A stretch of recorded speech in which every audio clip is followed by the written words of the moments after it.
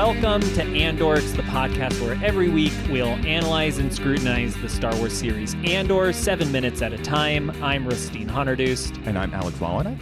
We have friends everywhere, and today we are joined by our friend, co-host of the Authorized Novelizations podcast, Hannah Blechman. Hello. Welcome to the pod, Hannah. Hannah. Thank you. Hannah, can you tell us a bit about what's your connection to Star Wars and how did you find the show Andor? Sure. Well, look, I'm a person of a certain age, so I love Star Wars. I grew up watching them on VHS. I love the Wars Among the Stars. It is kind of compulsory. Yeah. We all had the VHSs, even if our parents did not watch those movies. And I'm like an unathletic dweeby person, so I like Star Wars. I think we can all relate to that. You know, yeah. Get off the pod. Oh, I'll see myself out. I mean, it's just part of my DNA to like Star Wars, and I love to give anything a shot. And Andor, I kept putting off because everyone said it was really serious. Mm-hmm. And then I kind of crammed it all in one go, and it rocks. Mm-hmm. Season 1 was the best. Yeah. And I have watched the heist arc that we're discussing here today 15 times straight through. Oh no! Called out! Siren alert! Yeah, of course it's a spam call. Well, you never know. It could be a hospital. It was all cap. It was a weird thing where it said my phone recognized. It was weird. It could have been a hospital saying we're here to call and tell you that you need to come because someone's had a problem. I respect answering the phone. Okay. That being said, even if it cut off your anecdote, I love the Star Wars, and I really love the heist arc of Andor more than any other part of Andor. And I am not smart enough, I think, or politically minded enough to really engage with all the super rich and interesting things that this show is doing at large. Though I'm kind of smart and I'm aware of them. You're very smart. Don't worry. But the heist stuff and the little guys in it, I'm just so deeply invested and excited about it. That was what really activated me watching Andor was huh? Alex Lothar is here? Evan Moss Backrack is here? What's happening? There's a funny sheep? Really worked for me. So thank you for having me to discuss my favorite guys. They're great guys. Do you know what the sheep are called in Andor? No. Goats. Well, that's fucked up. Can I curse? It's GHOAT. Let me repeat. Fucked up. So you were familiar with some of these actors before. Of course, where had you seen them? Where did your affection for these actors come from? Yeah. Well, I watched Girls. So of course, Eben on Girls is a life-changing hottie and a problem. But I was like, yeah, whatever. He's a drug addict. Whatever, right? Who else on Girls should be in Star Wars? We've had Alex Krapovsky in Star Wars would be funny. Obviously, he should be there. Allison Williams should be in Star Wars as a funny alien, though. Sure. Mm-hmm. I think anybody who was once on Girls would succeed. Patrick Wilson, get him in there for a brief. Matthew Rhys is not a funny answer, but it's a genuine answer. Isn't John Cameron Mitchell in Girls? One episode of Girls? I think so. He's someone's boss. He could be in there. Or I think maybe he's Hannah's editor when she tries to publish a book, something like that. I'm saying there's great people on Girls, including Eben. And then The Bear, obviously, was sort of happening simultaneously to Andor. Mm-hmm. And I was like, bark, bark. Hello, grizzled adult man going through it. Not to be horny on Maine, but this is unfortunately just the fact of life. And then, of course, he's very talented. And Alex Lothar, a lovely little British boy who is in all sorts of lovely little British things. And then I was supposed to see him play Hamlet in New York, which I'm always tooting the horn for. I would like to see young people play Hamlet, please. I'm sick of seeing 45-year-olds. Give me a young man. But then COVID happened and that production got bumped way back. And by the time it came back, I had moved away. So I never got to see a young person play Hamlet, perhaps. But I dream of what it was like with him, and I'm sure it was great. Wow. Yeah. I wasn't aware of him. Do you know Elon Musk Abrax's middle name? That's not Moss. It's a Moss dash Abrax, but he does have a Bacharach that he does have a middle name. I don't know that I do. It's Che. Che? After Che Guevara. What a cool guy. Is he the coolest guy? That's rad. And then he'll show up to interviews and be like, I think we should throw fascists into the sun. And I'm like, hell yeah, Evan, fuck yeah. Cool guy. Yeah. He bakes bread. He has a cat. Great. I have noticed because so much of the show like touches on like political things, but like all of these actors like have some level of activism in their life. Like I just saw a clip of like Diego Luna speaking at a film. He was like hosting a Q&A with like a Palestinian filmmaker. Cool. And like talking about how much that meant to him. And so it is interesting like that they were able to find all of these people throughout Hollywood and the UK. I mean, Star Wars is inherently political, right? As I'm sure you talk about every single week. We sure do. It is an unavoidable fact of the franchise. And when you have like the Gina Caranos of the world who show up and are like, I'm just here to be cool. It's like, are you not paying attention? Are you stupid? And then when you start being shitty, like, yeah, they're going to ask you to leave. That's not what this is about. So come back for next week's guest, Gina Carano. I'm sure she'd be a fascinating talk. Honestly, yes, but that's a different story. It would be insane if she had like a surprise cameo in Mandalorian and Grogu. That would be wild. Crazy. You'll find out in 2 weeks after this episode comes out if that happens. Are you guys going to talk about it? Are you guys going to go see it like opening night? You're going to contribute to that opening weekend We're discussing box office? the possibility of doing a Mandalorian and Grogu episodes. Listeners, you'll find out next week if we're going to do that. Will you add me to that AMC Entourage booking? I want to do it at the El Capitan is my pitch. Because I've never been there. Me neither. They're always playing Disney slop, and I don't really want to see like We should just invite Moana all of 2. our former guests up to that point to come. That would be cute. Yeah. Maybe Andrew will fly in from New Zealand. Ooh, that'd be fun. I can be get us astounding. 50% off tickets. Ooh. So, we'll discuss off the pod. No, let's put it on the calendar right now. And if next week we don't talk about the Mandalorian and Grogu, it means that there was nothing for us to talk about. Yeah.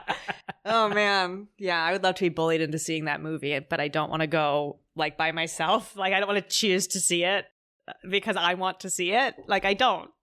Do I? No. My expectations are very measured, but I will say like the first time I saw the trailer in theaters, it did kind of click a little bit for me. So I want to believe that just any Star Wars movie in a theater is like fun to watch. That's kind of my barometer. That's like my bare floor. I kind of liked Rise of Skywalker, so I might be primed to be like, it was fun, whatever. And by like, you mean Babu Frick. I like Babu Frick. I don't know, there's just some stuff in it that I was like, I'm kind of having fun. And then J.J. Abrams killed my favorite new character in the sequel trilogy, and I was pretty mad. But other than that, I was like, it's harmless. Like, is it stupid? Yes. Does the plot work? No. Whatever. Did they not let Oscar Isaac kiss a boy? No. Like, we're furious about that, of course. But I don't know. I was like, 3 stars. If they had just took that plot and made it a ride at Disneyland, I think that would have worked fine. Probably. We don't need that movie. Just make it like, you go to Disney World and you ride the Rise of the Resistance ride, and that's how you see Terry the Russell end shows of the up in like a story. mask that you can't see her face and gives Sure. you a wave. Yeah. Sure. Why not? Exactly. Well, you mentioned, one of your guys, Eben, and also your favorite character from the sequels. I'm assuming it was Kylo. No. My beloved Huck? Snap Wexley. That's some real gulp shit, O'Shea. There you go. I kind of forgot about him. Oh when my we God, were that's talking about the it Greg Grunberg pre-recording. self-insert. Yeah, it's the Grunberg. But here's the deal. Like, I'm very pro Grunberg. I just think he's very charming to watch on screen. I but agree. Then I read the Poe Dameron comic series, and Snap is kind of big in that because he's part of the squadron. Sure. And I learned about Snap's life and his wife and his beautiful situation. And I was like, I love Snap Wexley. I love him. And I think it's nice that pilots can be a little chubby. It is a more tasteful depiction of body positivity than Porkins. Yeah, not so nice to name that guy Porkins. What if he was named a cool name like Snap Wexley? Wouldn't that be great? That would be great. Yeah, I love Snap. I'm just thinking what Greg Grunberg has been up to since Star Wars. He pops up. He was on one episode of The Rookie, and then about a season and a half later, he was on another episode of The Rookie. I think he showed up in Duster. So yeah, he's been The in JJ show. He's been in 2 movies since Star Wars: The Rise of Skywalker. Can either of you guess one of them? No. In 2020, he was Overlord. he's in Max Reload and the Nether Blasters. What? I don't tell you, it's a movie on Wikipedia. Those are 2 separate movies. No, that's one. But Max Reload and the Nether Blasters. Okay. The second movie was The Fablemans. Oh, yeah. I do remember him being in The Fablemans. What whiplash between Max Reload and the Nether Blasters and The Fablemans? He A helped man of little many Sammy talents. Fableman get on the lot. He did. Grunberg. You've shouted out a few of your guys, Yeah. but here on the pod, in honor of the late great WTF with Mark Maron, we like to ask, who are your glup shittos? Yeah, well, now that we're talking, it turns out I found some really deep ones. Yeah, Snap Wexley is 100% a gulp good shitto, glup shitto. right? Yeah, because mostly with Star Wars, I'm like a big guns person. I like main guys. I love Ben Kenobi, the most important man in the world to me, the best Star Wars character of all time. I have a letterbox list of like Star Wars movies in order of how good the Ben Kenobi content is, because that's what matters to me. That's only 3. No, it's all of them. The best thing about Obi-Wan Kenobi is Ben Kenobi. I'm a fucking idiot. I was Obi-Wan thinking Kenobi, Ben but I Solo. call him Ben because we're friends. well, that's he's like, I need a fake name. Yeah, Ben Kenobi. I love that about him. Okay, I love him. Yeah, he's the saddest man who's ever lived. Yes, and I love him more than any other character in Star Wars. But he's not like a gulp shitto. He's just like an actual good character. Same with like Luke Skywalker. Love him. Poe Dameron. Love him. Then like second tier, you get to like Ben Mendelsohn's character in Rogue One, and also Andor season 2. Simply love that lispy little fucker, you know. His performance in Rogue One, it does change after you watch season 2, because he's so campy in season 2, and it does like make you see what he was going for in Rogue One, whereas before he was just kind of like a more stock Star Wars villain, it felt like. Ben but Mendelsohn, now you see so it's an unavoidable quality to him that he's like, I mean, I'm sure that you've talked about this in Andor, but one of the things that I find very interesting in the treatment of the Empire as we like move forward in our world society is they're like, how should we diversify the Empire, you know? And so it was interesting to me to be like, I mean, the answer is no. The Empire should be a bunch of stodgy white guys. But it was interesting to bring Ben Mendelsohn into that, to be a guy who doesn't have a tidy, upright British accent. Yeah. He has this sort of like bleed of Australianism. He has that kind of lisp, and you can feel him like incorporating that into the characterization of being like, I'm trying so hard, and you guys have to respect me, even though everyone thinks I'm kind of like a dirt Australian person. I think that stuff's really cool. Yeah, we've talked about that a lot with Cyril. Cyril having the American accent. Because he wants to be an imperial so badly, but he's like the only fascist with an American accent. Great point. And you're right that like Ben is an early example of that. Yeah, it's a thing that I think is neat to think about. Or like when you get to the sequel trilogy and the Empire Part 2 does have people of color in it, and you're like, what are we trying to say with that? Did you think about it at all? I want to double check this other thing. People who the nickname for people who want to be English is a Tiaboo. That's cute. Tiaboo. That's cute. The British don't have a monopoly on tea. That's the only reason I'm gonna push back on that. They did for a while. They did have a monopoly. I guess they did literally have a monopoly. That's fair. Great point. Yeah, other guys in Star Wars I really love. Cobb Vanth.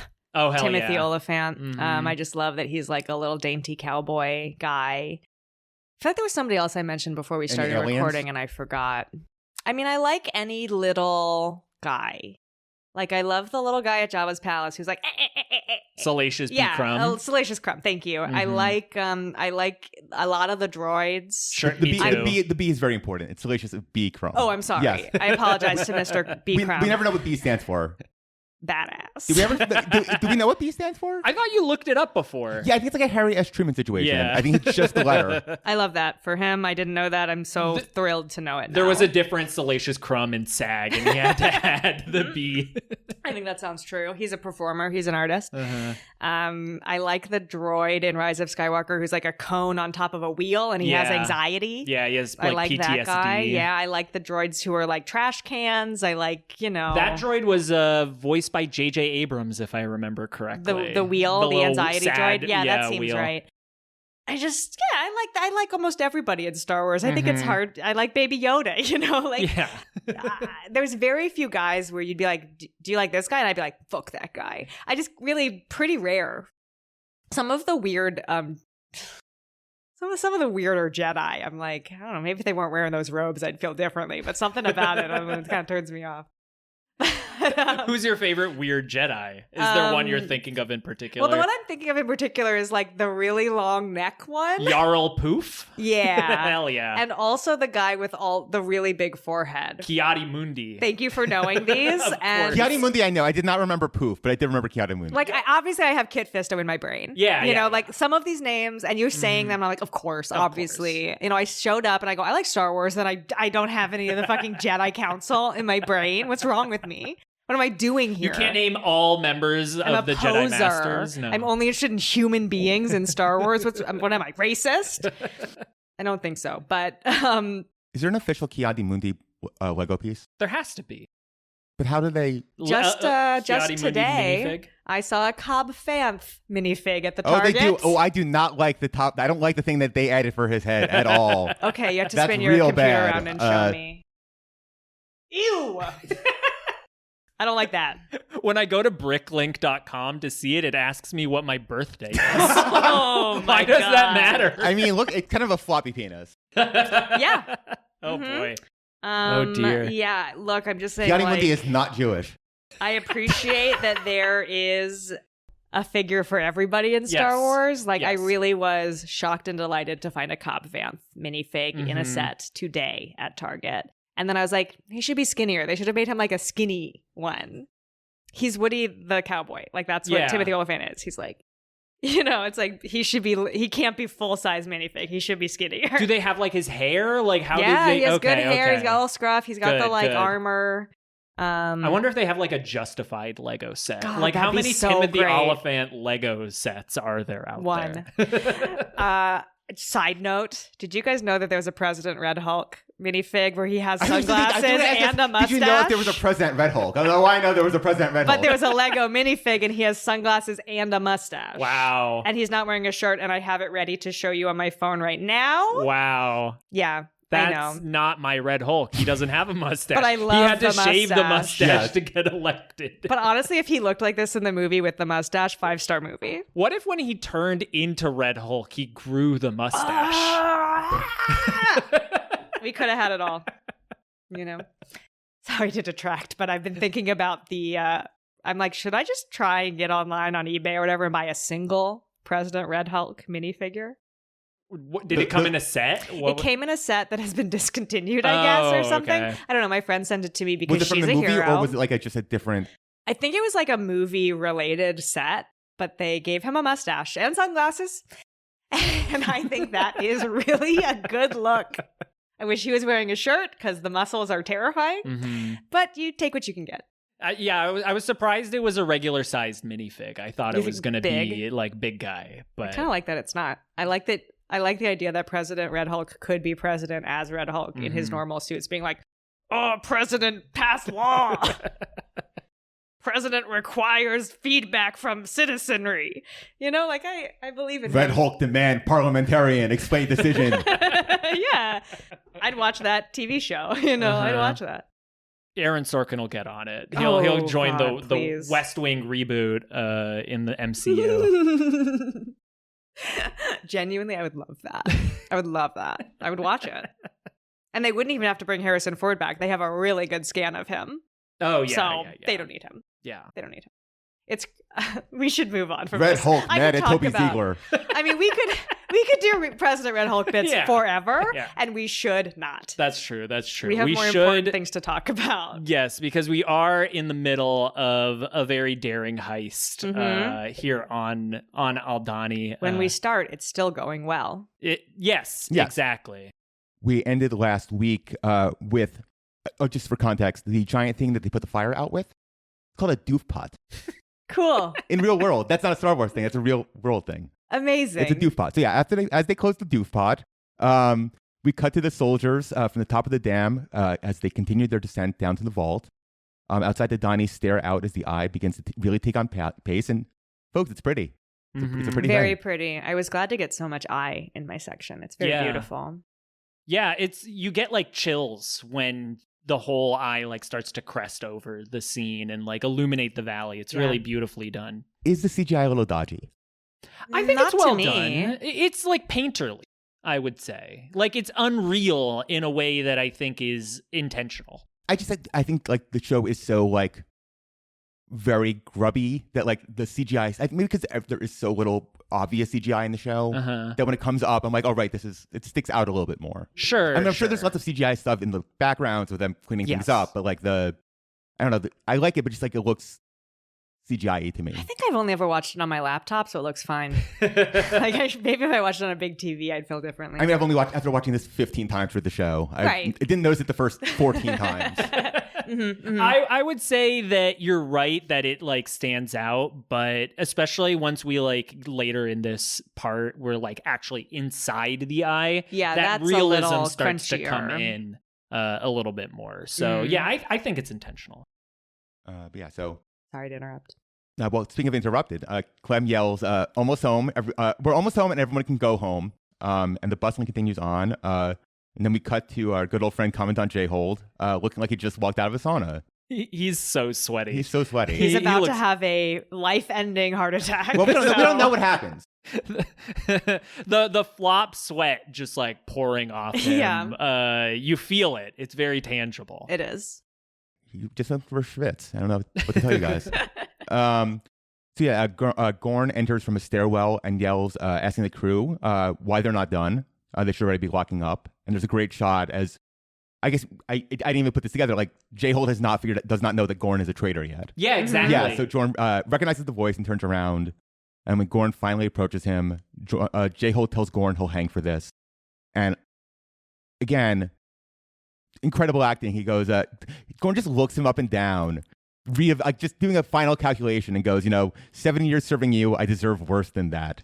Yeah. You burnt. Because we've talked before about like how everybody in this crew has their own rebellion. And I think it's interesting that here Gorn is saying like, what I'm doing right now does not undo all of the harm that I've done over these last 7 years. Like, it's a very like daring political statement that like, even if you like do this right thing now, you still are going to have to make amends. A lot more to do. But the look he gives him, I can only describe as like, Withering. damn bitch, you live like this. Like, it's just like, it's a... J-Hold is just so stunned, and then he gets mad, and then Gorn like has clearly been holding on to this for so long. He finally gets to let it out. So satisfying to remount your shitty boss on your last day at the office. Earlier, Terriman like bitch slapped J-Hold, and I kind of wish like Gorn got a hit in too, like, or at least was there to get to see it, But yeah, Gorn turns to Cassian and asks if they're good to go. Cassian tells him we're good, and Gorn turns to tell folks that hustle. Things keep going. And then we cut to finally get to see the Alkenzi Air Command. Where we see a loading bay of a bunch of TIE fighters. Rusty and I assume you have a name of what kind of TIE fighters they are. I think these are just normal TIE fighters. Are they not? I'm sure there's they some go other... zoom zoom, so... There's gotta be some sort of special name for them. Just so they can sell a different toy. It's just 4 TIE in space fighters. What does TIE stand for again? Nothing. Just tie in. Oh, I thought I don't know that you know superiority this, starfighter. Wait, why wait, whoa. They're shaped like bow That's ties. the full title. Sorry, what I said. I know what it is. It's a twin ion engine. First you said they don't stand for anything. And that was a lie. Well, they don't have It any is a lie. inherent morality, so they don't stand for anything. Exactly. Thank you, Hannah. You're welcome. Was that a backronym, or did they start with twin ion engine? It was got to be a backronym, right? Yeah, I think it's like They're sounds shaped like bow ties. Yeah, exactly. Is that why they're called TIE fighters? I always kind of thought so. That's really funny. That sounds like the kind of thing George would do. I mean, that's how you come up with Star Wars names, you know? Yeah. You just like, what does that look like? And then we spell it a little funny. Yeah. What's that guy's name? It's either John or Glorpnik. It's crazy. I guess this is the technical term for it, but Wikipedia does describe it as the TIE fighter's ball cockpit. Yep. I don't tell you, it's a ball cockpit. That is what it is. It is. Yeah. It's true. I don't think it needs to be.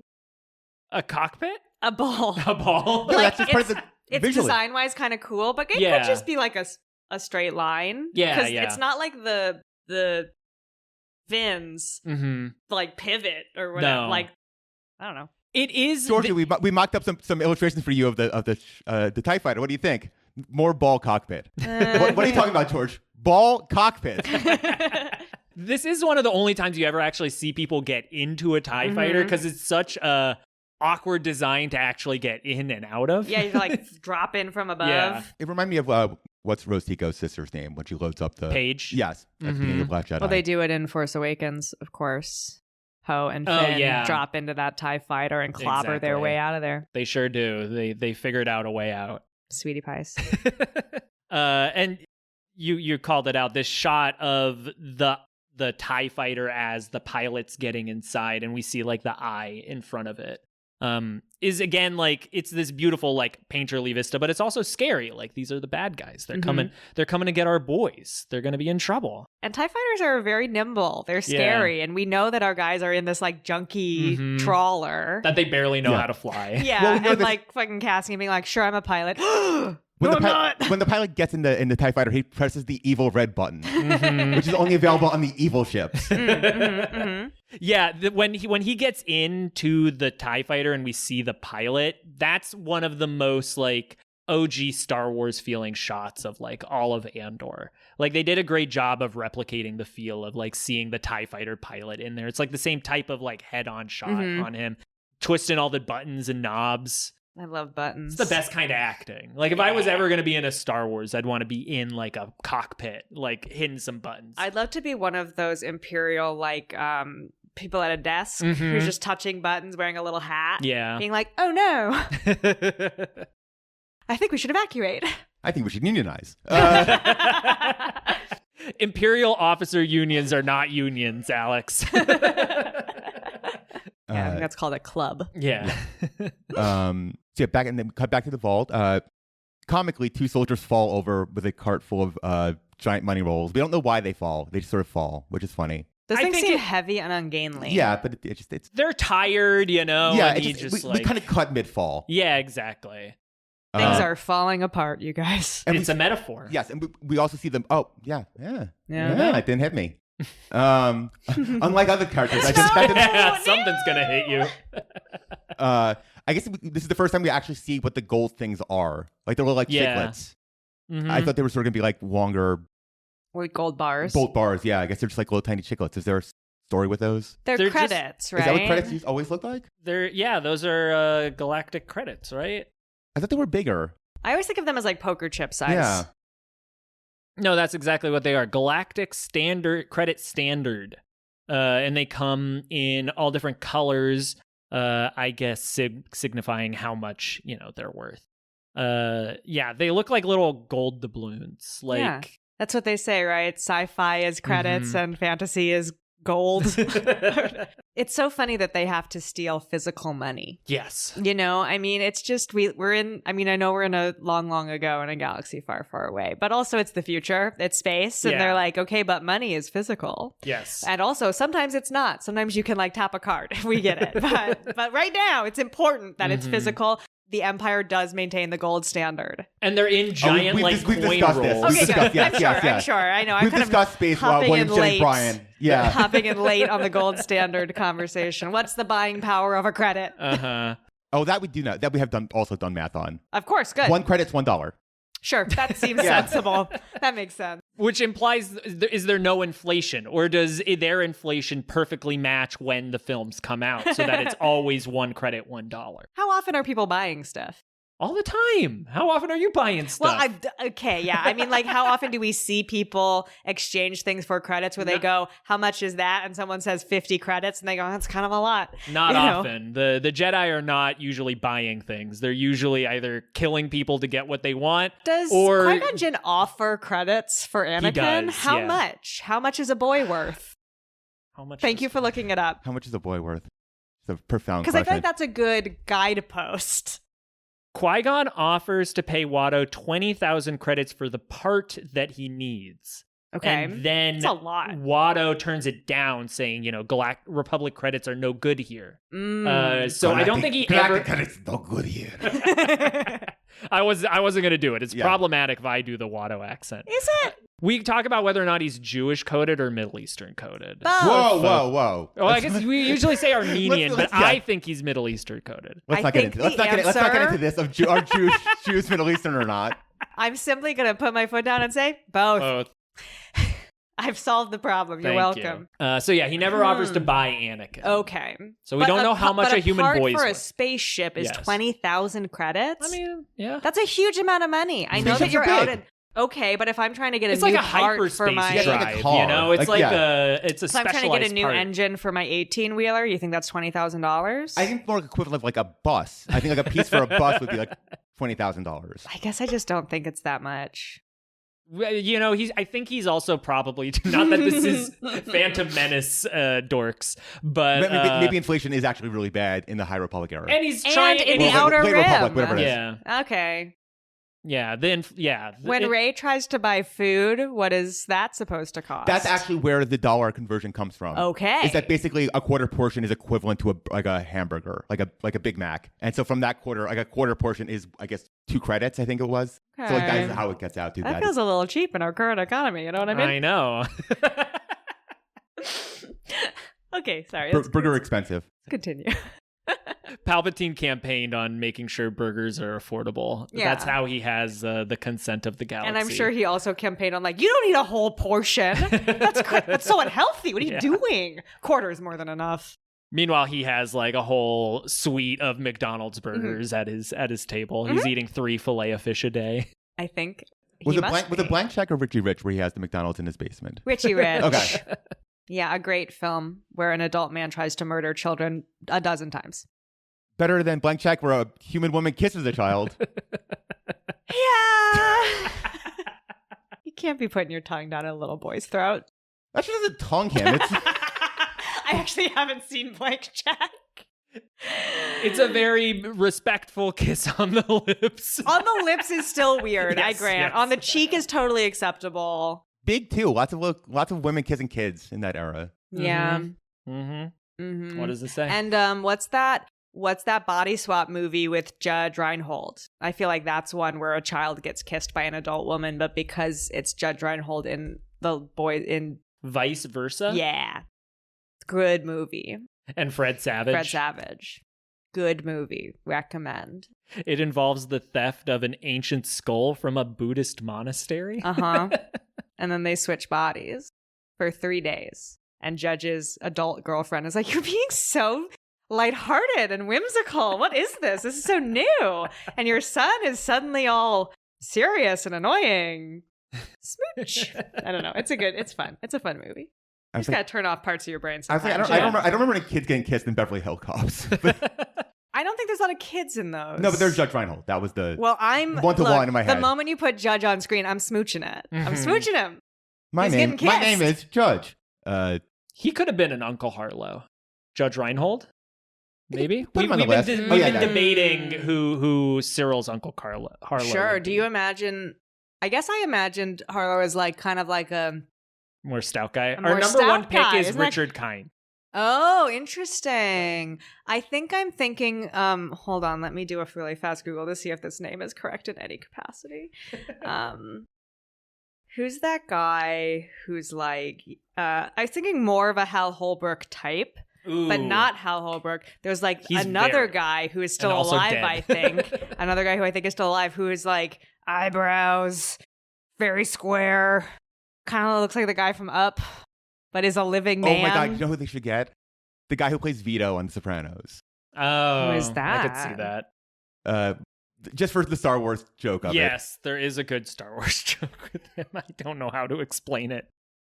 Just Vito from The Sopranos That feels in the good. Genosin Yeah. Having Coliseum. Googled, this feels good as to the fight, me. as the fight is happening behind him. Yeah. Yeah. This is well done. Yeah, that's the kind of guy I was picturing. Judge is beautiful. It's just a different type of guy when you cast a tall gangle like Judge Reinhold, who has aged very strangely. I don't know if I've seen a picture You of guys, Judge do you Reinhold. guys didn't rush out to see Axel F No. on Well, Netflix? I didn't have to rush out. I was there. It was there at home. I rushed to my couch. Day one, baby. I'm here for Judge. Did they not have it at the Egyptian? Did Netflix then not have their I don't know. customary run at the Egyptian? I don't recall. I think they did one screening and that was it. Polite. A gentleman's screening. What else has he been in? I guess not Judge? much. Yeah. Not much these days. He's loved by me and missed by me. But again, I think watching Axel F, I was like, honey, you got to stop getting work done. You got to cool it.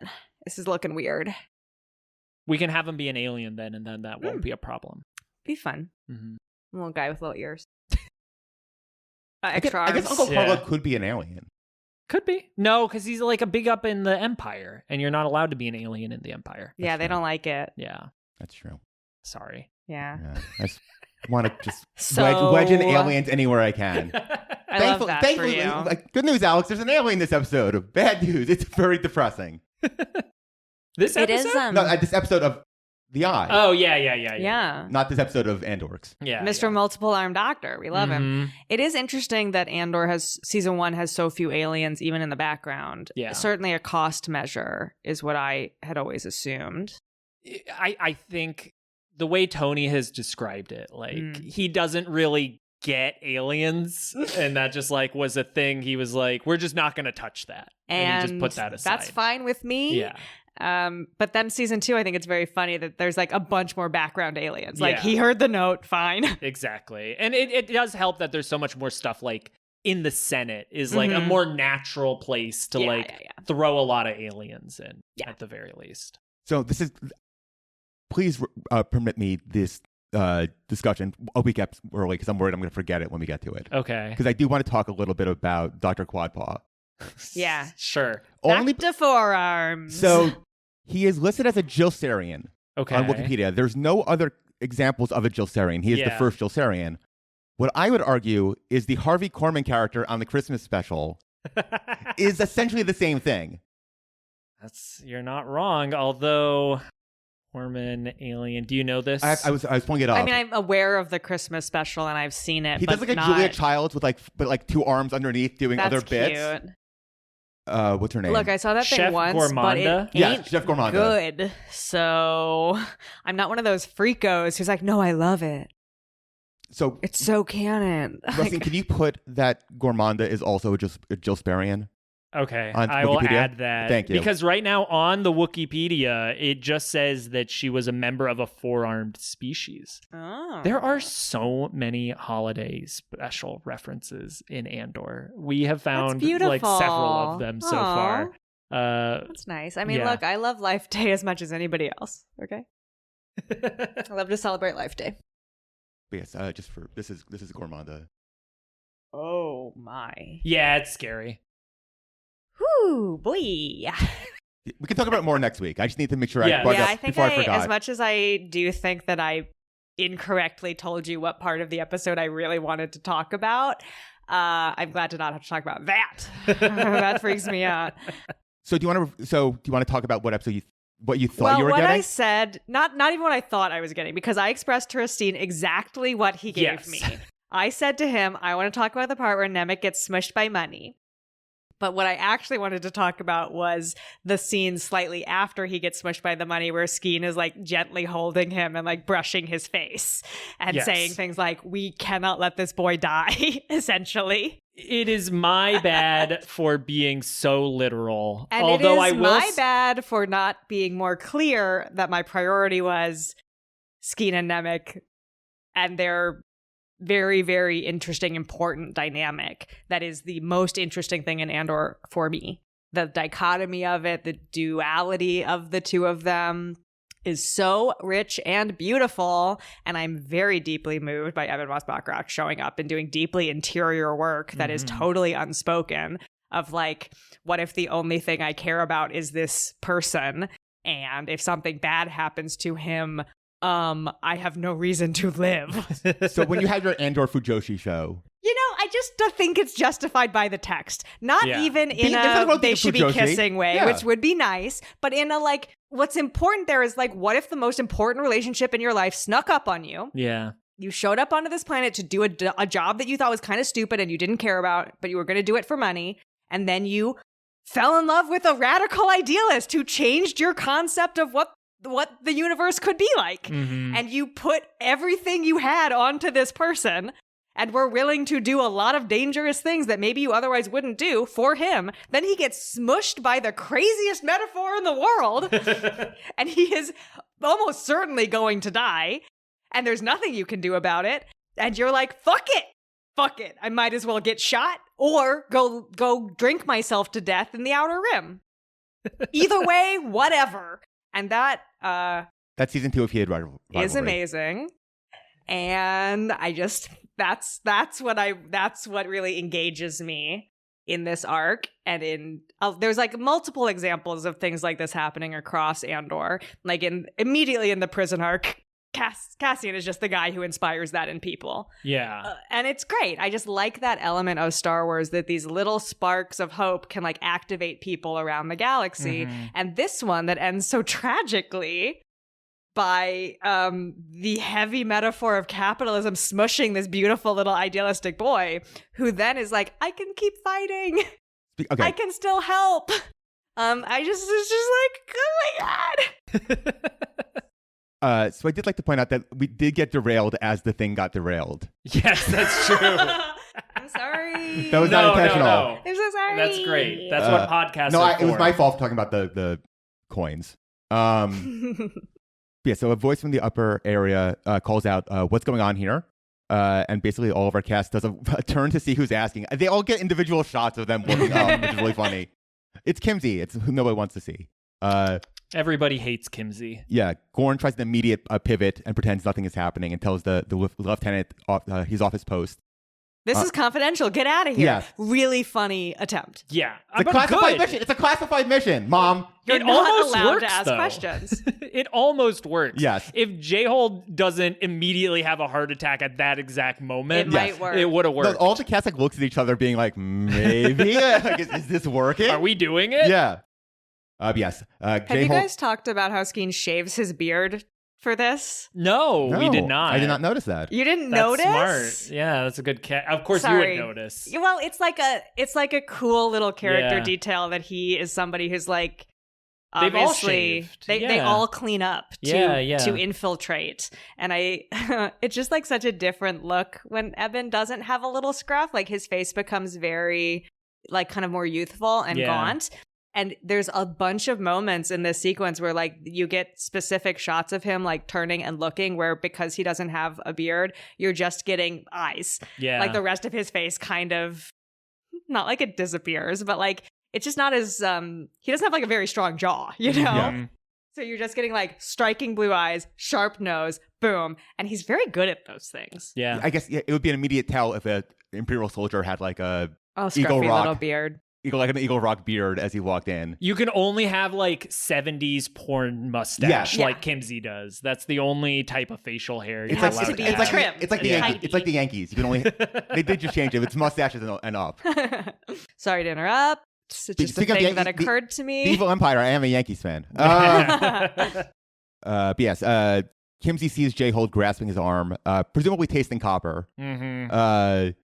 Gorn encourages J-Hold to tell Kimsey he needs to leave. Kimsey keeps asking the Commandant if he's okay. Gorn keeps trying to give official demands for Kimsey to leave, but Kimsey just can't leave it alone. Do we think this is a slight bit of racism?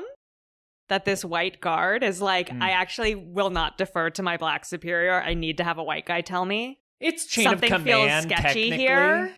Technically. I do feel like there's something to the fact that But Gorn yeah. is black. Yeah. Well, there's. I was getting to this later. There's a.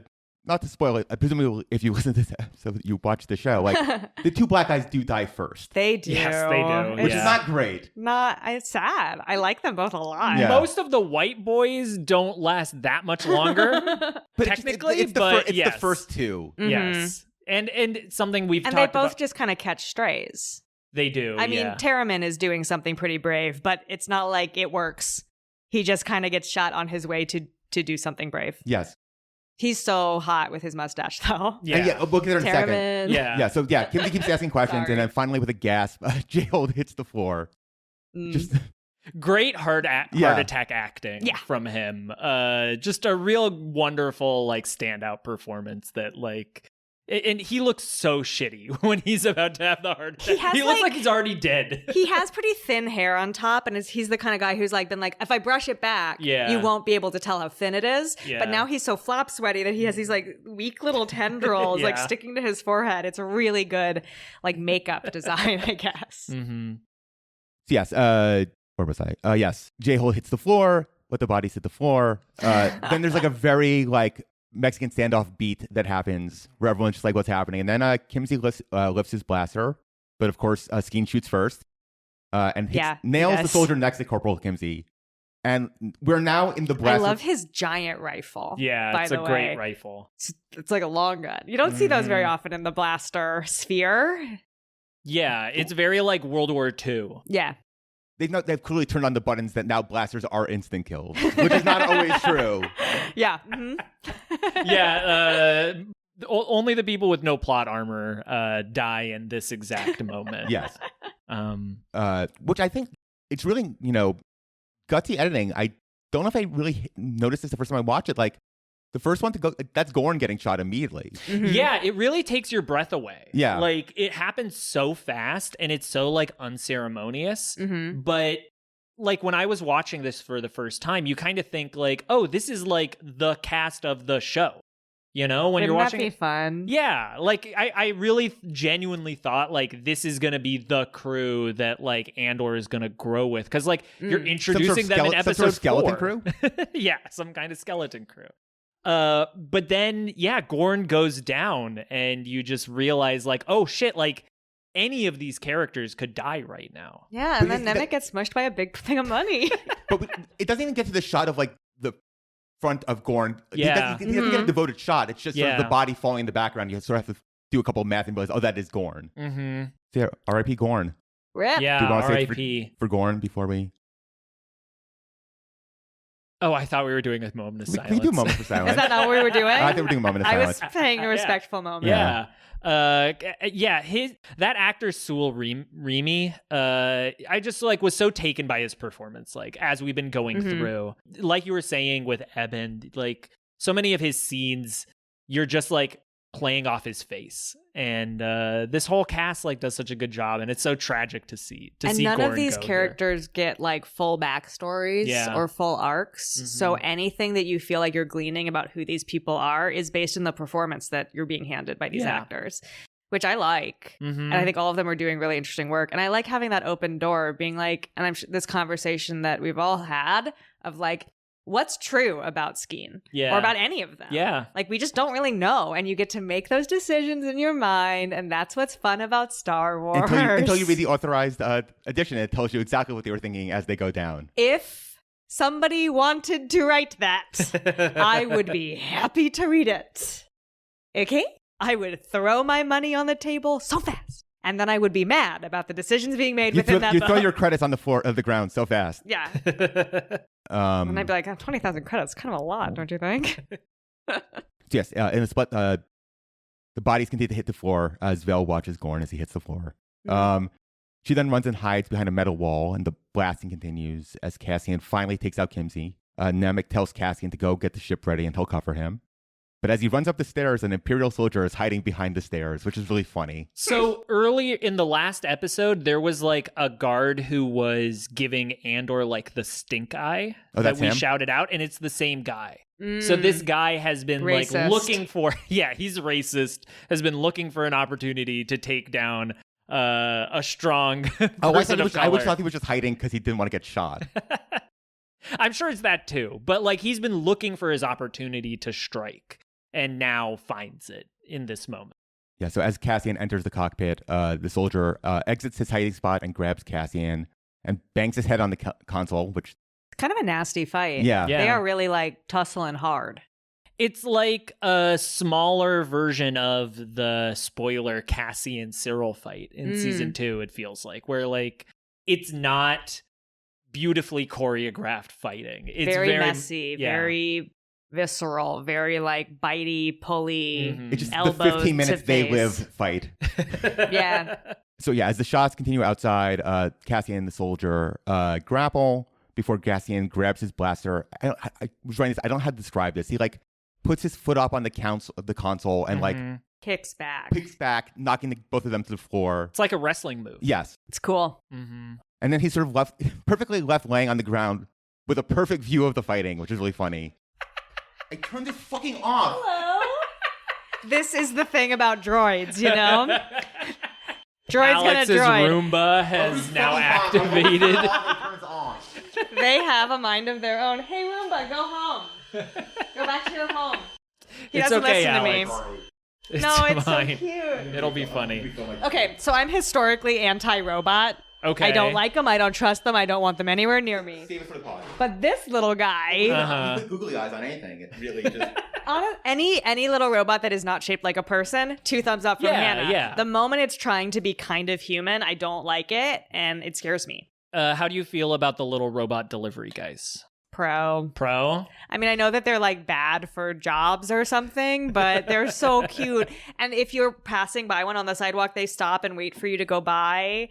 Like, they're very polite. And have you ever seen one try to navigate, like, crossing the street? Yeah, oh my they're God, very Rusteen. bad at it. They're so Did you cute. see there was like the flooding with the rain, and one of them was like trying to get up on the curb and all the water? I just want to like, human being, so it's not as... or it's like double fun. I don't know. They're kind of cute. I think they're cute. To me, they are very much the little droid that's a cone and a wheel that has anxiety. Yeah. And just goes like, like, I just would welcome one into my home and like rehabilitate it if it had a broken wheel, you know. Nurse it back to health. Yeah, exactly. Where should I pick up from? We talked about the wrestling move. Yes, so the soldier wrestles Cassian to the ground, and Cassian has a perfect little like peekaboo view onto the rest of the fighting, which I really liked, which was funny. Just good blocking. Yes. You know, like every moment of this fight leads into like the next one, but it's also so chaotic that you never really know like what's going to happen next, but you always kind of know where everything is happening. Yes. We then quickly cut back to Alkenzi Air Command again as the TIE fighter pilots are ready for takeoff. Yeah. And start detaching from the loading bay. And there's like this alarm sound that's playing, and like you can't tell whether it's like a part of like the score or if it's like an alarm going off in there, which was like also a nice little bit of like sound design that I really love. We also get some nice cinematography or like work of like you can see the green reflection of the eye in the, I guess, the window cockpit of the TIE fighters, and you have the red lights inside. It's a very like not quite bisexual lighting, but very similar to it. Little stoplight. Yes. Actually. Stoplight lighting. So yes, the shooting continues at the vault, and Vel tells the crew she's pinned to her spot and can't move. Terramin grunts out of frustration and tells Skeen to cover for him.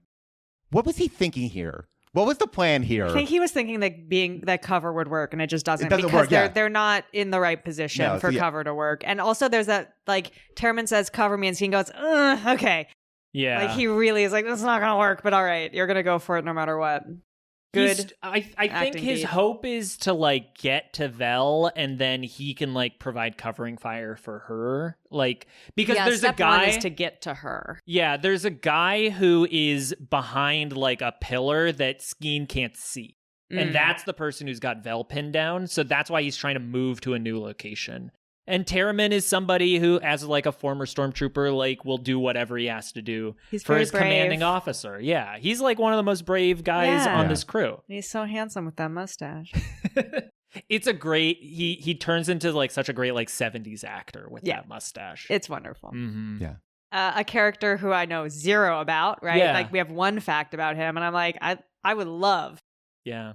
I would love to read the Aldani prequel book. That would bring me more joy than anything Star Wars has ever given me. And we get like, we didn't get a moment to like really sink in with Gorn dying, but when Terramin goes down, we linger on this shot of Vel as she's like looking at his dead body and like is clearly like overcome with emotion. That like all of this is like falling apart in front of them. He was kind of like her guy. Yeah. He's like her second in command, kind of. Yeah, I mean, when Nemec asks about him, like Nemec doesn't ask about Gorn. Yeah. Because they barely interacted with him. They probably met him, twice through this whole thing? Not very much. Yeah. Versus Terramin was their buddy. Yeah. He was there every day for like 3 months that they were on this planet raising goats. Goats. Going on long walks together, sitting on ridges and discussing philosophy. I mean, these are beautiful moments to share with another human being or alien or whatever.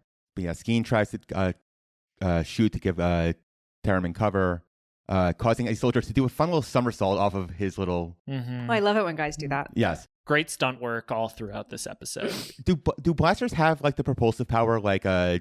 Yeah. Like a... Yeah, they knock people off their feet, but I feel like. It's not like Cyclops power. No, like a not bullet. exactly. But sometimes they do, like when Chewie shoots someone with a bowcaster, they go like flying, you know? So It kind of depends on what the funniest visual is for the moment. Do you know how Cyclops' eye works? Isn't it like concussive force? Yes, it's like connected to a planet that has force to it. That's Feels just way too complicated. The X-Men are so overcomplicated. It's insane. He's just like a hot guy who has lasers for eyes. They're not Like, lasers. why They're does not it have lasers. to be They're not more? lasers. Why does it have to be more than that? He has a portal to another planet in his eyeballs. Yes. That's and his Stupid. brother is what, like a swimmer? Like, what are we talking about here? Like, what is happening genetically? Oh my god. Yes. But No, I think blasters are really just like bullets. Usually, Yeah. You know, so you got like a big old rifle and it's got a big old bullet, and you got a little handgun, it's got a little bullet. but sometimes they're both explode. insta-kill. They could be Uh, when it's convenient. when it's convenient. But sometimes you get shot in the arm and you just have like a sexy little bandage. Yeah. that's season 2, folks. But yeah, Terriman runs towards Vel before bang, he's dead, and Vel just Yeah. Rip. yells Moment of now. silence. No. Perfect. No. We cut back to Cassian struggling to get to his blaster. The soldier has him in a chokehold and he's losing oxygen. Finally, Nemec gets a shot and does a cool shoot and nod to Cassian. Nemec's been like trying to take aim, but it's clear that he's like not confident with a blaster and he doesn't want to shoot the wrong guy. I mean, they are like grappling on the Totally. ground. So No, it I don't is- blame him. He does manage to wait for like the exact moment where like Andor is completely covered by the soldier. We do get to see exactly where the soldier gets shot, and it's kind of just beyond where I would say you would survive that blaster shot. It's like just close enough to the spine, I guess you could say he got shot. Any upper body, chest, like there's a lot of stuff in there. It's important. Exactly. You know what I mean? Yeah, Val and Skeen continue shooting as they enter the freighter. They're all on the ship, and Cassian runs to the cockpit. Nemec asks, "Where's Terriman?" And the camera reminds So us sad. he's dead. So sad. The freighter's doors start to close, but the blasts do nothing. And then back on the airbase, the TIE fighters finally fly off. Zoom zoom. Then Nemec is screaming to Cassian to get this thing moving already, pal. And then Mhm. happily obliged, Cassian tells everybody to hang on. Maybe they should have been sure to secure the money, but I know that they were in a hurry. Yeah. But also lock that shit down, you guys. Yeah, because Cassian pulls the handle and the freighter lurches down the track and it sends everybody, including the dead Imperial. But we're not there yet. Because first, Oh, right. we got to do 1907 minutes, Yes. where I go through the 1907 robbery of the Tbilisi bank, Oh. 7 minutes at a time. Yes. He Wow. likes to surprise us with When it's this coming. segment is All right, well, coming. right before the key moment where I have Exactly. questions Yes. about blocking. Well, So yeah. go ahead. Once we get there, so I'm going to start my 7 minutes now. Where we ended last week, Vosnesky had notified his friend and poet idol Stalin, that the bank would be receiving a large shipment of money by horse-drawn carriage on Wednesday, 26 June 1907. But before that, weapons. You need weapons for a heist. Leonid Krasnin, who we talked about last week, helped manufacture bombs in the attack. Sick. Yes, this all sick. For the previous for the attack on the stagecoach, Camo's gang, who we talked about last week, the insane sort of mercenary, smuggles bomb into Tbilisi by hiding them inside a sofa. Uh-oh. But then only weeks before the robbery, Camo accidentally detonated one of the bombs while trying to set the fuse, severely injured his eye and left a permanent scar. That's like that guy in Justified who they hired to blow open the safe and he just blows himself up. Yeah. It's the funniest thing I've ever seen in my life. Yes. This guy has done so much wacky shit. So yeah, he's confined to bed for a month. He's just a fucking Rocky and Bullwinkle character. But yes, the 20 organizers, including Stalin, meet for I'm going to do my best with Cyrillic pronunciation, but it's Edervansky Square, to finalize their plans. And after the meeting, they go to their designated places in preparation for the attack. If you can imagine, Tbilisi is sort of like a generic European town with an open square. People are sort of hanging out at bars. People are talking. Like they say it's very similar to what you would imagine now. There's women in, scarves. There's wives of officers. There's people drinking. Just sort of people, buying snacks, buying things, different kind of people from different cultures. What's the Star Wars analog to Tbilisi? Is it like Coruscant? Is it Naboo? I think it's more. Is it more desolate than Dan It's more that? desolate. Yeah, it's not quite desolate, but it's like a That's a fun maybe call, closer to huh? Ferrex. It's It's a a good Gorn. Gorman? Gorman. Yes, Yeah. sir. Gorman. Space France. Okay. Yes. Obsessed with Space France. Mm-hmm. So funny. You can talk about it in 2 years. Great. Yeah, there's To muster some energy for it by then. I'm taking extra time on this one. There's Sorry that I'm so engaged. no, I have there's questions. there's a bunch of there's big Persian community. Okay. Cool. Persians, Armenians, Chechens, Jews, a lot of them. So, and then amongst all these people, there's a cavalry captain who has come in his horse-drawn open carriage. He's holding like a giant saber, and then he has like these two like girls with like parasols, just like sort of hanging out with him. And then they're flirting with him, and they're flirting with the officers. Like it's just sort of a fun, normal morning. All of the gang members have dressed themselves as peasants and waited in street corners with revolvers and grenades. Classic. Then on Palace Street, we have the Tilputuri Tavern, which is for like this sort of like is the Mos Eisley Cantina of the universe. Okay. So just full of bad people. This a man, hive of scum and villainy. exactly. There's a man named David Sagirashvili, who goes to the bar and sees his friend named Bahua, who's like, "Come in, I'll get you a drink, like get food." And so David goes inside, gets his drink. He's like, I'm gonna get going. And Bahua is like, "No, you're not. You're staying inside.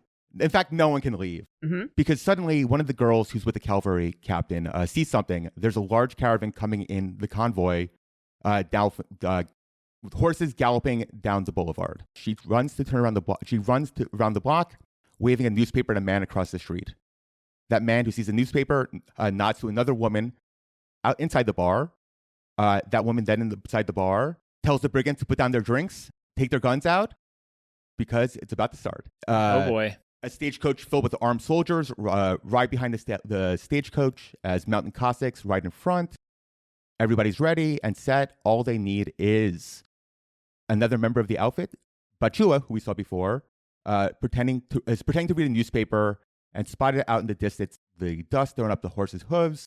He rolls up his newspaper, waiting until they're in the right spot, lowers his newspaper, reaches for his apple.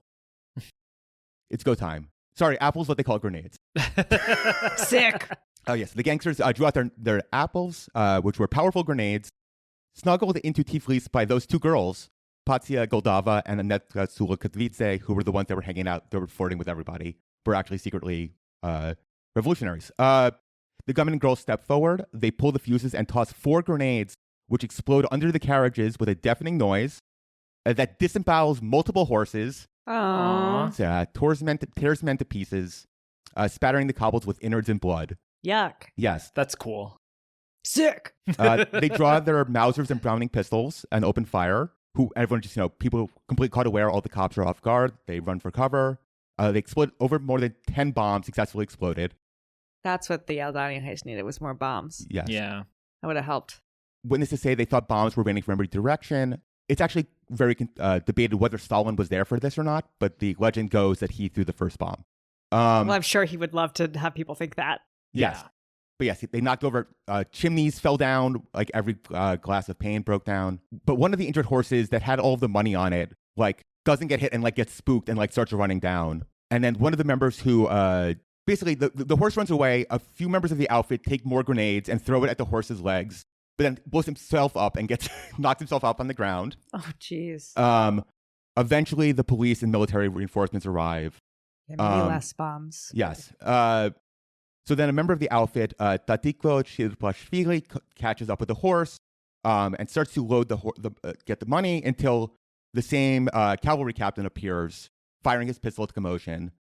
He takes the money away as the police arrive. The captain meets A.G. Balabansky, the deputy police chief, who asks sort of what's the story, and he says, "Don't worry, the money's safe, just run to the square." The cavalry captain then rides out to the chaos, heading straight to meet another officer, Captain Zubov.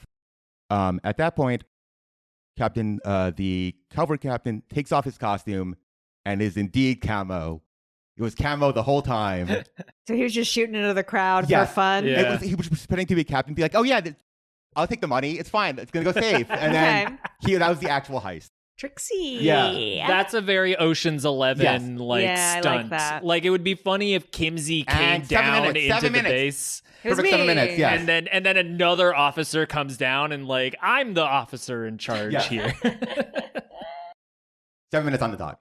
I love that. Thank you, really, Alex. really beautifully well done. Thank you. It sounds That like bit is death, but it's almost over. I'm loving hearing the story. It sounds like the Aldani heist goes much better than the Tbilisi. No, the bank Tbilisi one goes robbery. perfectly. That was Nobody all. died. Perfectly? I Sure. mean, They people- killed a bunch of horses. They got a bunch of horses. I'll go through like the post-op next week. Okay. But no, they Well, you said someone get blew away with all themselves the up, money. so He no one lived. did that. They sort of just, like, they get like blown. They get like blown up, like away, not like up. Oh, okay. Okay.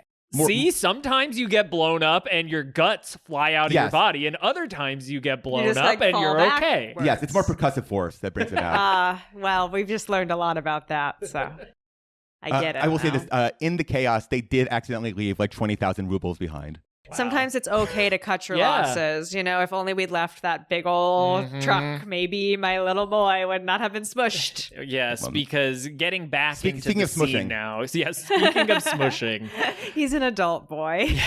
Cassian pulls the handle on the freighter. It launches off the track, and this force sends the dead Imperial and the surviving Aldani crew flying backwards. And poor Nemec lands on the ground directly in the path of a wheeler that rolls down and pins him against a pile of money with a horrifying crunch. Smush. I have a question about the blocking of this scene, because every time I watch it, I watch everybody run to the front of the trawler, then they get started, and then suddenly Nemec is beneath the cart. How's he get over there? What I think is happening... I watched it like 4 times, and I was like, I just can't follow all these bodies. Is it me? It So could be me. You can see the trawler right there behind Skeen. Mm-hmm. So like... Do you have it? Can we go yeah, frame by yeah. frame? we can indeed go frame by Okay. frame. So if you see, this is the shot where Yeah. we see the dead Imperial fly out. Uh-huh. And then there's everybody the everybody trawler. goes tumbling. There's the trawler right there. Oh, rolling. And Oh, so it right in the See, face. but like, it does jump a little bit. how? Yeah, I guess my question is like, I see Nemec standing by the stairs. Yeah. And then I see him about to be smushed. And Yeah. I'm missing something in between. It doesn't really matter. It does like jump to him all the way back there, Mhm. but that's just editing. Well, for I was- ya. That's fine. When I was doing this, I'm like, oh, it's smart because They really the go previous flying, scene, though. he's like he's hiding behind the money thing. Yeah. And I'm like, oh, right, that's where he gets killed. I'm like, oh, but no, he goes He to the front comes again. out, Yeah. then he just ends Yeah. up. But anyway, he gets smushed by a metaphor. It's really sad. Yeah. Crunch. Just Oof. one of these moments of just like you got out, and in getting out, like just something bad happened. And it's just bad luck. It's Yeah. just the wrong place at the wrong Mhm. moment, bad luck. And he's just like not quick enough to be aware of Yeah. these things. He's Like so we've- small, he flies He the flies furthest. the furthest, and we've seen that he like falls asleep on watch. Yeah. Like he's a very like sweet little guy. He's not really prepared to be like on his toes at every second, ready to hold on to something. And he gets smushed. And I remember the first time I watched it, I like gasped in the most. Yeah. I was just like so horrified that Yeah. this could happen.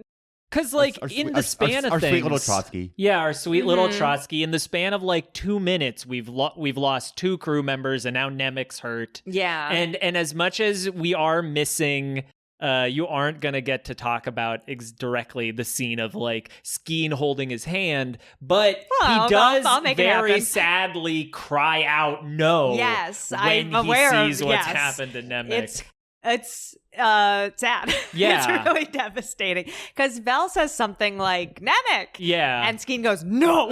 Yeah, exactly. Like this little boy means so much to him. It means so much to him. And they pull him out, which is obviously Yes. the wrong thing to do, but you kind of got to do it. Well, because like they need Nemec is the yeah. thing that like as Andor flies through the tunnel and flies over the Donny Pilgrims, they make it out and approach the Eye, but Cassian can only look back as he hears Vel and Skeen shouting to pull Nemec loose, Mhm. and Nemec and says he can't Cassian's- feel his legs. Ugh. Who are our favorite tall guys, little guys combos? Another thing that's great about Skeen and Nemec. Yeah, they're Big a guy, little classic guy. comedy duo. Like a Waluigi Wario situation. Uh-huh. Yeah, Well, more like Mario Luigi. Yeah. that's true, I guess. Big guy, little guy. Mm-hmm.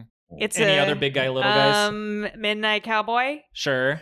big guy, little guy. Mm-hmm. I mean, there's a bunch, I'm sure. Butch Cassidy and the Sundance Kid. They're about the same height, actually. They're just a great duo. Sure. But they're pretty much the same height. I'm trying to find. There's that Looney Tune cartoon with like the big dog and the tiny little cat who takes care of the cat. Yep. I think that's they have that. I even think Sylvester and Tweety Bird are pretty good, big and little. Sure. But they're not really friends, though. No, usually. they're not really They're friends. enemies. Well, yeah, but I don't know. They have like a thing. They have like a dynamic. They have something going on. Listeners, write us in with your favorite big guy, little guy. And then please send that list to me personally so I can expand my joyous heart. Monsters Inc. Yeah. That's Absolutely. I'm just saying, like, Skeen does not scoop Nemec up into his arms and carry him, but I think he could. I mean, he wanted to. He basically does because he does carry him under the arms. They drag him up to the front of the trawler because Cassian's yelling, like, where am I going? Where am I going? Getting out of the eye, which is like a bunch of stuff falling through the atmosphere and will shred you if you don't navigate it perfectly. Mm-hmm. Sweet, beautiful little Nemec, of course, is like, I can do it. Yeah, I got it. Because Cassian says that he needs his flight path, and Vel pulls out a med spike and stabs Nemec in the chest with it. Crazy. And this shot of adrenaline just like jolts the Nemec alive. Beat on Alex Lothar there of just like, what is that thing? And also, oh God, it hurt going in, and now I feel different. Mm-hmm. Really good acting from that little gentleman. Yes, and then like the TIE fighters are approaching them, and Nemec has become delirious from this adrenaline. Mm-hmm. And Skeen Cassian's carries, like, what did carries you him give over. him? Yeah. He has the Pulp Fiction scene where Yeah.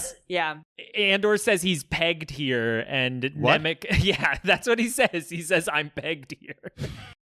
Pegged between with the eye, the meteors of the eye flying over them. And as they approach, like I was saying before, from the distance, the eye is this beautiful, like jade and emerald, like shimmering light. Like an Aurora Borealis, sorta. Yeah. But then the closer and closer they get to it, it turns like orange, and it's like just this fucking like hellfire above them. It's a meteor shower. These are meteors. Yes, exactly. It's really beautiful and scary. And the TIE fighters start to get shredded a little. Yeah. That's scary to watch one of those blow up. Yeah, because Andor demands Nemec give him his path, and all Nemec can say is just climb. I mean, he's holding the little navigator machine, and I'm like, I'm sure he's done the math here, but he is just screaming, climb, and Cassian's going like, what are you talking about? And Skeen is holding Nemec's hand in this moment, which is a touching little bit of acting from them. It is. And one of the TIE fighters looks up at them with are they really fucking going up there? Look, as the freighter enters into the eye. Speaking of plot armor, just like, yes. Yeah. He's like, I don't want to go in there. So the TIE fighters start shooting, and Nemec is able to give Cassian instructions using the navigator, allowing them to dodge in and around the incoming meteors. And the freighter is buckling and shaking throughout all this. The glass is starting to crack just a little bit, but it's the TIE fighter behind them that explodes. And the freighter, there's an amazing shot where you're inside the freighter and you see just a sliver of space through the eye, and that's their pathway out. And now Nemec really just starts screaming "climb" at them, which is something has been pegged, has been called out before, but at the end of the Narkina arc, that is also Kino Loy's command to everybody, is to climb out of the prison. And so I think there's an interesting like mirroring there of like the idea of climbing out of our circumstances. This is the only way out.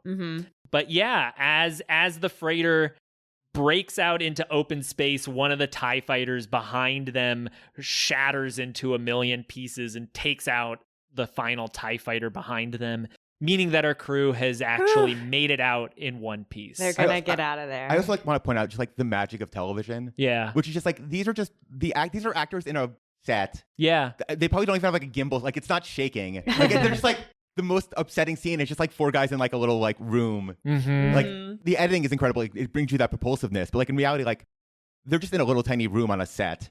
Yeah, absolutely.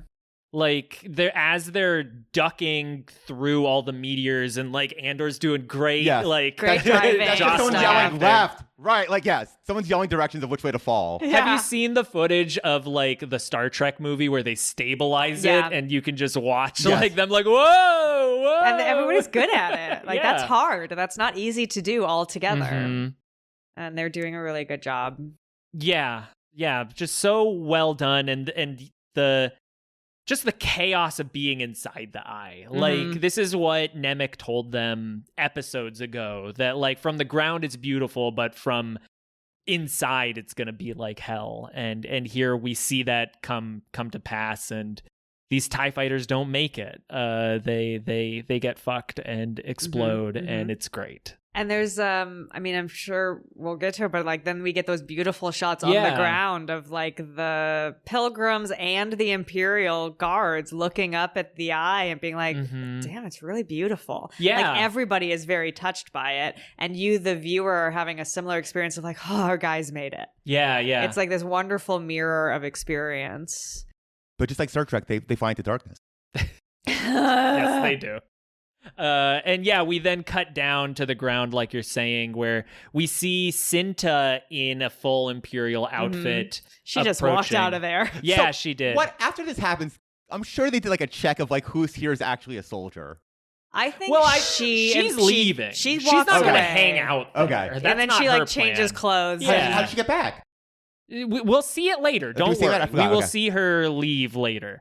But we're with the Donnie and the Imperials alike, and they are like very similar. But I would say like the Imperials all have more of like a bemused look on their face, like they're at like an EDM show and just like watching the lights. Like that's cool. Whereas all the Donnie are like just stunned and filled with like rapturous awe. Like one of them has his hands to his mouth, and then we get one this woman like cries a single beautiful tear. She has like tears like and another is just like has the tears like streaming down her face. I wish we got to see the Chieftain one last time, because he's one of my favorite actors. Great face. We do get to see him. He's staring up. We get to see the Chieftain one last time, and then we get. It was just before where I had the stopped Imperials the are just scene. like, this is it. Like, I think like, they it's are cool, but it's not that cool. Yeah, I don't know. I think they're very impressed by it. Like they're not impressed by anything really, but I think of the things that they have seen, they're like, this is very cool. Like they're still people who are capable of being impressed by things. They aren't like, simple, evil, we hate beauty. Like there's still people in there. We have all been rendered to the same base humanity by this experience. That pretty light's pretty. Yeah. That's the thing that all humans can connect over. Light's pretty. I think that's kind of nice. It's a nice little moment. And we get this beautiful shot from behind everybody watching the eye. And we get the arches of the shrine acting like a proscenium around the scene. And just everybody has been brought together as one by this experience. And then I realize that my section's going to end before I get to talk about the stuff I really want to talk about. That is indeed where this episode of Andorks ends. To be fair, you didn't say the 7 minutes could have been anything. It could have been. I'm pretty sure that I have stretched this 7 minutes to hit this moment. It's just like when you start the episode to 7 minutes, and then you do 7, 7, 7 from there. It was never going to give me both things. Yeah, exactly. And I just incorrectly expressed what really mattered to me. And I'm going to take this moment to point out. We're not kicking you out. You can I talk know. about I'm just saying, like, I don't know who you have for next week. I don't know who's going to cover this and with what type of sensitivity. We have Mark Stay covering it. Well, I trust him to cover it with sensitivity, but not with the same kind of heart that I have. He's very interested in like real things. And I'm interested in the fact that Skeen takes off his gloves to be with Nemec as he's like dying. Yeah. It's like and very he's like tender, rubbing behind his ear. And he like kisses his forehead and is like Nemec's hand is like resting on his stomach, and Skeen puts his hand over it, so their fingers are a little intertwined. I don't think he kisses his forehead. I think he does. He's like close. Leaning over him. Yeah, he's got his like forehead either like down whispering there. to him or kissing his forehead or like touching foreheads, but it's very intimate and very, very sweet. It's very intimate, but you're adding the yowie to maybe the I am. situation. I feel like there's a moment when I'm like, maybe I think it could happen, and not again. Like I know that we're all like, yeah. I do think they should kiss on the mouth, but I get we're all being a little funny about what's their couple format going out over here. Is it schemic? Yeah. And I get that we're all being cute about this, but like genuinely, no, it is genuinely beautiful. It's and very, touching. very tender and touching. Yeah. And I'm really invested and engaged by this story of like, what if you were a rough, hard guy who took the risk on opening your heart for a second and it fucked you up so bad forever. Mm-hmm. And it was it. That was it. I just think is like the type of story I want to get my hands into. I just think it's so great. And I whoopsie-doopsied my way onto getting so much my money, which I do like. About both. Yeah, well, you get look, to talk about both this way. I wasn't going to not talk about it, okay? Because it really matters to me. And, you know, you're going to get to when Skeen makes this crazy offer to Cassian, like, what does he mean? What does he want? Is it serious? Is it a trick? Is it a ploy? Is it a suicide attempt? Mm-hmm. And I think it's a suicide attempt. Oh, interesting. And I think that's a fun conversation you guys are going to have that I'm sorry I won't be here for. Death by climb? Yeah. No, literally, I think he's like sitting there being like, that kid is not coming out alive. Yeah. And the moment he is dead, I do not want to live. And also, I don't want to outlive him. So can I get this guy to kill me? Mm-hmm. And he just like takes a big swing and it works. And that's how I read that. And it's very, very sad. And I think it's very well played. And it is one of those things where like you get to the next couple episodes and like whatever, they're back on Coruscant. They're like, we never trusted that Skeen guy. And I'm like, is that true? That doesn't fucking make sense. I don't think they say that. I don't remember them saying that. Well, I think Clea says something like, well, we always had our doubts about him. Oh, something like sure. that, where I'm just like, Clea has her doubts about everyone, though. Sure, yeah, that's true. I mean, the more we get to know Clea, the more I'm like, okay. But in the moment when all I had was season 1, I was like, I don't know, you brought him in on this job. It feels like you trusted him with it. What are you talking about? Whatever. Well, thank you for having me and letting me go on a little bit of something. And I was trying to see how many Skeen Nemec articles there are on Archive of our own. Oh, articles? That's cute. No, That's a yes. cute way to phrase that. Periodicals? Yeah. How many are there? It's not working, but I don't know why Here, I can do it. I have it open. It's not telling me how many there are. Oh, hold on. I can do it. Can't you just look at like fast. tags? That's what I was trying to do, but it's not working. I have it. Hold, please. We're holding. 23. That's not That's enough. a lot. It's not enough, but it's not none. I literally had it just like saved. You have the bookmark. I do. I have like my AO3 and I have it in my favorites. Have you read all 23? Probably not all 23. Are there any good ones that you would recommend? Any listeners who I can't be share? part of. I can't do that. This is as much as I'm pro fan fiction. I think it's a Yeah. wonderful great, yeah. engagement with art. Star Wars would not exist without fan fiction. Star Wars essentially is a piece of fan fiction. It's a wonderful pool to play in too. Like Star Wars has so many open pockets that you can dive into here. And I'm very pro and I'm very in favor and I like it and I read it and I really have to stop there because then I start feeling shame. You should not feel shame. Yeah, but I do. And an embarrassment. And I don't want to be that way, but I do think there are good fics in that tag. And it would be wrong of me to make recommendations because I can't recommend my own writing.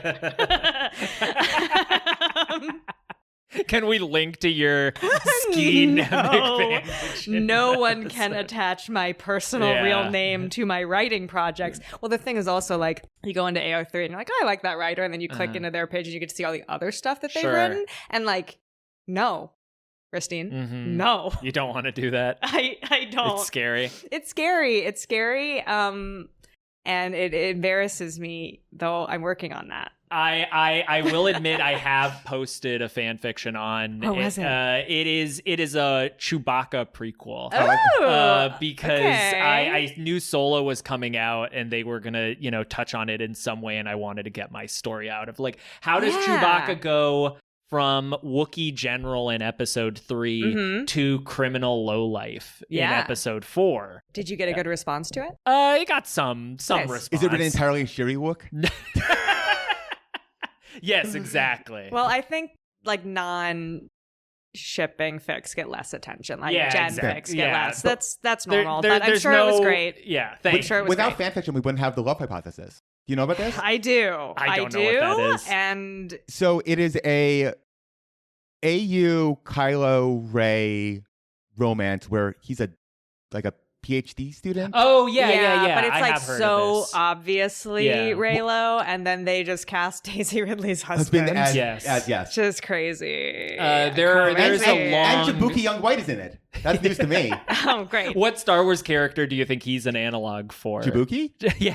I don't know. I'm just assuming all the characters in the movie. Who knows? Well, are look, we Star don't have Wars. heated rivalry without fan fiction. That's fanfic, baby. What's it? It a was fanfic of? Captain America Oh. Bucky fic, Right, which right. like it's one of those ones where I'm like, I'm again pro fan fiction. I love the Yeah. creative exercise. There's like a level of AU where I'm like, that don't make no damn sense. Jabuki White is Finn. Is that true? Yes. Oh my god. Who's okay? I don't even want to know. Malcolm, who is based on Finn. Okay. Is there someone who's based on Poe? Um, And are they in love? And are they in love as they should Do they be? kiss? Do you remember that one interview during the Rise of Skywalker press tour? You're going to be excited. Okay. Adam's friend, well, they really went hard with the Adam Driver character being named Adam. Yeah. Yeah. Ends up dating Malcolm, Okay. who is Finn. Interesting. It's pro-Finn fanfic. It Yeah. better be. So Yeah. you get both sides. Okay. Who's the actor who's playing Adam's friend? Do we know? And is it a hottie? Dr. Holden Rodriguez. Okay. Not listed on the wiki, but I can check the IMDb. Well, look, like, great. All the fanfic fans will Look, be satisfied by this film. I too, if they would have been boyfriends, that would have been great. Yeah. Is also how I feel like Oscar Isaac. I think pretty much every Star Wars fan who is not reactionary would agree. That's a big chunk. That's a big That's- chunk, yeah, unfortunately. well- But at the very least, every fan of The Last Jedi thinks that those two have insane chemistry. You want to know how many fics the two of them have on AO3? You Ooh. want to guess? 15,000. Less than that. Less than but that? It's pretty Like high. 1,000? It's like it's like almost 9,000. Wow. It's pretty good. Okay. Because they have amazing chemistry. It's one of those things where, like, look, when you set up the trio that exists in a Star Wars movie, you gave me Han Solo and Leia, and then they don't kiss. So what's up with that? What's up with that? I'm getting some bad news. I'm not seeing Dr. Holden Rodriguez in the live action adapt. They might have cut it. Oh, no. Homophobia. They can't do that. That's not cool. Not in this beautiful age of heated rivalry where we get to watch dudes eat ass on film. Like, we have it all now. Like, we don't need to pussyfoot away from a beautiful romance. Okay? Oscar Isaac wasn't biting his lip for nothing. He wasn't playing it gay just to be set up with Carrie Russell, okay? I mean, rude. Rude. It's not Sorry. bad. That's a pretty decent runners-up prize. I guess so, but I really feel like Oscar was putting in the work to be like, I have chosen to make this character gay. Yeah. And Star Wars Disney said, would you like a woman Would you like an exclusively gay moment? instead of like a naturally, organically growing romance? Should we force some hetero bullshit and then not let the hotties kiss? Great. Well, We can have a gay piss. Are you okay? Did you hear what he said? I did. And I just want to make sure that he's okay over there. We can all Yeah. have a gay biz We can all- after I'm just like, Yeah. for gay kiss, they just bring in Josh Gad for no reason. It's like we're having a gay character. No, Yes, it's yes, just Josh like- Gad's here. Star Wars just needs to do a little bit better. Valencinta being smoochy kissy ladies, great. Yeah. God bless them. That's something. It is something. I just think we could be doing a little more. Let's follow some chemistry. All I ask ever is that we follow chemistry. Yeah. And don't feel like we can't do that or that wasn't what we initially intended. Like, I don't know, when you hire your actors and they have like insane fucking chemistry, let them kiss. That's not a thing Star Wars has historically been very good at. Well, I'm asking them to be better, I guess, Rusteen, you know? Do better. Oh, so we've talked about this a couple times. We can have some exclusive insight about the end of the show, which is Tony Gilroy revealed that if they had more time with season 2, Mon Mothma and Cassian were gonna fuck. Really? Yeah. Is this real? In the safe house after Andor rescues her. This is the most confusing show, okay? Speaking of hetero nonsense, Cassian and Bix have the most like, we're in super love. We're in the most love. We're in perfect love. Then she's like, I love you so much, I have to leave. Goodbye. And he's like, I guess I'll fuck this MILF. Like, is that what we're talking about? Like, what? Yeah. I mean... And then immediately he's like, I met this hot girl who keeps being mad at me. I think I'll go die with her. Mm-hmm. Bro, it makes the Bix thing really hard for me. I'm curious to revisit Jin. When we eventually get to that. I'm sorry, they're standing in an elevator, like touching foreheads and like sharing air. It's very romantic. I think it's kind of undeniable. Him and Jin? Yeah. Sharing air? At the end. I feel like I share air with a lot of people. No, they're like, when they're coming down after they sort of solve the problem, but they're like, we're not going to make it out of here. Let's go down to the beach and like cuddle. They are so close to kissing. Yeah. That it feels like more than we are companions who are being kind to each other, and more like, if we had a little more time, we'd be in love, which I love. I mean, I love the idea that Cassian's just like, look, I can't help it, I'm a lover. Well, yeah. You know, it is like, that's nice. He is a fuckboy in the early episodes. Yeah. I mean, that's fine. I don't know. It's just I then am very frustrated by that final moment with Bix and the baby, where I'm just like, so you don't want to come back for that scene, is what you're saying? No, I don't have anything nice to say about that. What sequence or character would you have something nice about if you come back on Andorks now that Nimmick has been crushed?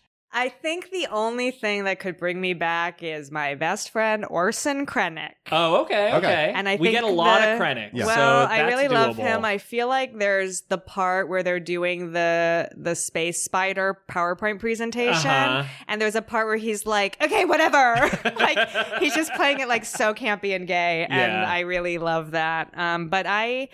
No, this is my bread and butter on Andor. These are my number one guys. This is my number one arc. And I was not that into season 2. I respect it, I admire it, but it didn't. Nothing in it gave me the same feeling. Of Skeen's crush getting crushed? Yeah, Alex. Yeah. I was holding and then like holding hands. Yeah. And then like holding his hand. Yeah. And like he like holds his face and like rubs his finger on his cheek, and I'm just like, ah! You know, and like nothing in season 2 made me feel that way, and I love to feel that way. That's like what art is meant to do. Yeah, I agree. So I agree. You know, I'd love to come talk Orson Krennic. I love him so much. Okay. He's my favorite bitch. But I really can't think of him touching the top of her head. That's a really fun acting choice. Yeah. I don't have anything to say about that scene. There's no free stone to it. Yeah. It's just like a fun choice. And she's playing it extraordinarily. I just saw her play the female lead in High Noon on the West End. It's crazy. Yeah, that thing's kind of a musical. They kept like singing Bruce Springsteen's She's on Fire as if I didn't know it was a Bruce Springsteen song. It was so weird. She was good though. Denise Goof. Cool. It's about the Blacklist. High Noon? Yeah. Okay. It's a book. It's an adaptation of the movie? Yeah. Yeah. Oh, cool. Yeah, it's about the Blacklist and no one wants to help him. And, okay. It also works as a cowboy movie. Yeah. But John Wayne hated it. He said it was the most un-American movie he'd ever seen. John Wayne sucks rocks. I'm going to say that right now. He's a bad actor and a bad dude. No, that I would not recommend the stage adaptation of High Noon. Go watch the movie. Just go watch the movie. Gary Cooper, he throws his badge in the dirt. Well, until we get to Krennic, we will say goodbye to Hannah. Thank you for having me. Thank you for letting me say my piece. Yes, you were literally the first person I had on the spreadsheet. So I'm sorry you missed the one moment that you really wanted to talk about. But it's my own I think fault. you got it all out there. And I'm sure that Mark will cover it well. He is a very sensitive, thoughtful, intuitive, intelligent guy who pays attention. I promise that when we've been talking... you can tell him what I said. Yeah, I will. I will make sure he knows that thread is out there. No, I just... I'm sure that he also appreciates the power of that relationship, and he will have nice things to say about it, and I look forward to listening to it. It's been one of my favorite parts of going over these episodes is like tracking the development of their relationship in these little interactions. I love that part when Skeen just like feeds him. Yeah. Like hands him food, and I was like, you're not eating, you need to be eating. It's so sweet. I love when he says that Nemec that's Skeen's Jewish mother kicking in. Yeah, he's just like, I love this boy, he needs to eat. Yeah. I love when he says that he sees revolution everywhere. Like he thinks that's so endearing. He does. He's giving him shit about it, but he's like, that's what I love about him. And he saw it in me, and it has made it true in me, which is very powerful and beautiful. Well, unfortunately, it's all downhill from here. Yeah, suicide by cop. Yeah. Sorry, sometimes your little boyfriend gets smushed, and you do not want to live anymore. Happens to the best of us. Hannah, do you have anything you want to plug? Where can people find you? Yeah, after this episode. You can find me on Archive of Our Own. No, you cannot. You are not invited to do that. And if you do, how? No, I am the co-host of the Authorized Novelizations podcast, where we read movie novelizations and discuss them. And sorry, I was fidgeting. Sorry to the listener. Anyway, we read books. I get to read one book a week, which is way too much. You've already heard my co-host Andrew talk about it, so I'm sure he had nicer things to say. But we did read the novelization of Rogue One and the prequel book, which Andrew loved. He spoke very highly of Rogue One. I think it's good. I like it too, and I like the movie. And I know that many people post Andor were like, that movie doesn't hold up anymore. And I'm like, does for me. I'm having a great time with my friends Cassian and Jin and Bodhi and Admiral Merrick. The guy with the mustache. Love him. Yeah. Love him. Liked when he showed up in Andor season 2. Maybe I could talk about him. Okay. That's another one of your guys. I like everybody on Yavin, you know. I like the vibe at Yavin. But yeah, we read books. It's punishing, and it would be great if people listened and made it worthwhile. Well, I just did my episode for Godzilla -1. It was fabulous having you. Which was very fun. And Alex, I'm trying to do the math right now. We can review. Do you want to? We can reveal. It's been announced already. Your episode. I want to see if it has just come out or if it will about to come out. Episode's going to come out when? This episode. Yeah, this is coming out This is going to come out March 29th. And my episode came out on will come out April 9th. Oh, so perfect. It's upcoming, baby. Yeah. Listen to me soon talking about Kingdom Hearts. It's going to be fun. What a crazy franchise. Yeah. And those books are expensive. Yes. We're just covering Kingdom Hearts 1. We're not doing Kingdom Hearts 2 or 3. I think. I don't know. I haven't gotten that far, frankly. Oh, they're different books. I know. Yeah. But like in my own reading and purchasing and thinking, I cannot think that far ahead. It's too much. It's too much. It's crazy, the amount of reading that I do for this. And then once a year, I get like 2 weeks off. Yeah. And I get to read one book for myself. What was the last year? Last year I crammed in the book Booth by Karen Fowler, which I hated. And then I squeezed in a biography of Anne Lee. Not her Testament? I mean, of the Testament, yeah. But yeah. You know, at the end of that movie, there's like, one of the first credits that comes up is like, these are the books we read. And it's like 4 books. And I've read 2 of them, and I own the other 2, and I can't wait to get to them. Someday! Love that for you. Yeah, me too. I guess you guys are too stringent about your rules, but you know, it's kind of like a novelization of the movie. It's simply not at all. It's not at all. It's not at all.